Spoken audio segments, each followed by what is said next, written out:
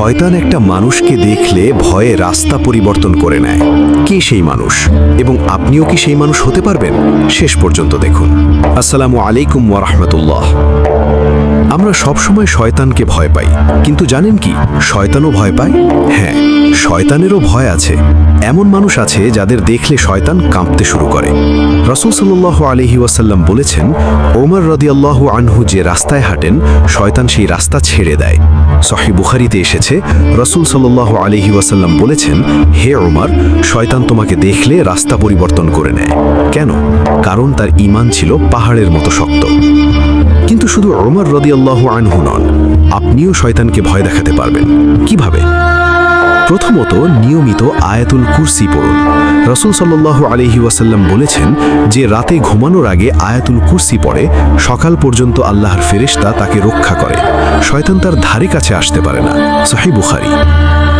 দ্বিতীয়ত, ফজরের নামাজ কখনো মিস করবেন না। হাদিসে এসেছে যে ফজরের নামাজ পড়ে সে সারা দিন আল্লাহর জিম্মায় থাকে, আর শয়তান আল্লাহর জিম্মায় থাকা মানুষের কাছে যেতে সাহস পায় না। সহিহ মুসলিম। তৃতীয়ত, আল্লাহর উপর পূর্ণ তাওয়াক্কুল রাখুন।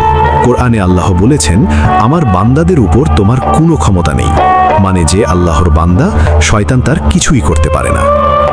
আর সবচেয়ে মজার বিষয় জানেন, শয়তান নিজেই কিয়ামতের দিন স্বীকার করবে। কোরআনে আল্লাহ বলেছেন, সেদিন শয়তান বলবে, আমি তোমাদের কাছে শুধু ডেকেছিলাম, তোমরা নিজেরাই এসেছো।